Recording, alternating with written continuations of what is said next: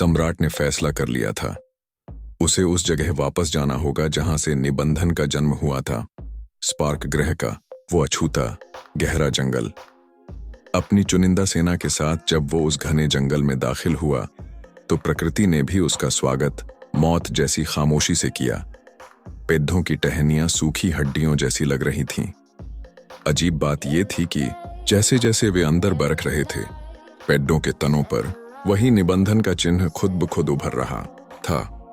हवा में एक सड़ी हुई गंध थी, जैसे हजारों साल पुराना कोई जख्म फिर से हरा हो गया हो। अचानक झादियों के पीछे से वही पुरानी हम्बी प्रजाति की भाषा में कोई बुदबुदाने लगा। पर वे तो मर चुके थे, तो फिर ये आवाज किसकी थी?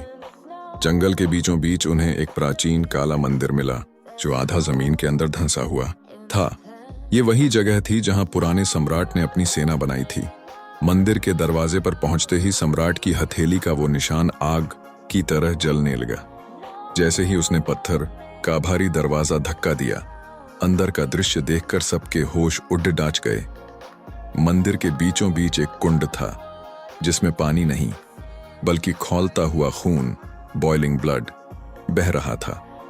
उस कुंड के ऊपर एक पत्थर की मूर्ति थी जिसका चेहरा बिल्कुल उस पुराने सम्राट जैसा था। सम्राट समझ गया, ये कोई साधारण मंदिर नहीं, ये एक आत्माओं का कारागार, सोल प्रिजन था। तभी उस खौलते खून के कुंड में से एक साया धीरे धीरे ऊपर उठा। वो कोई इंसान नहीं था बल्कि सम्राट की अपनी परछाई, शैडो थी जिसने पुराने सम्राट का रूप ले लिया था।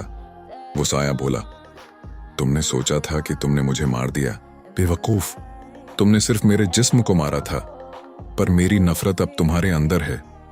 साया ने बताया कि पुराने सम्राट ने मरने से पहले इस मंदिर में एक प्राचीन शैतानी शक्ति अजाकेल से सौदा किया था। उसने अपनी मौत को ही अपनी जीत का रास्ता बना लिया था। अब वो साया नया सम्राट के शरीर के अंदर घुसने की कोशिश करने लगा। सम्राट की आंखें धीरे धीरे लाल होने लगीं और उसके मुंह से वही क्रूर हंसी निकली जो पुराने सम्राट की पहचान थी। सैनिकों ने देखा कि उनका अपना राजा अब राजा नहीं रहा, वो कुछ और ही बनता जा रहा था। क्या ये निबंधन की दूसरी जीत थी? क्या नया सम्राट इस शैतानी रूह को रोक पाएगा, या वो भी इस खूनी इतिहास का एक पन्ना बनकर रह जाएगा?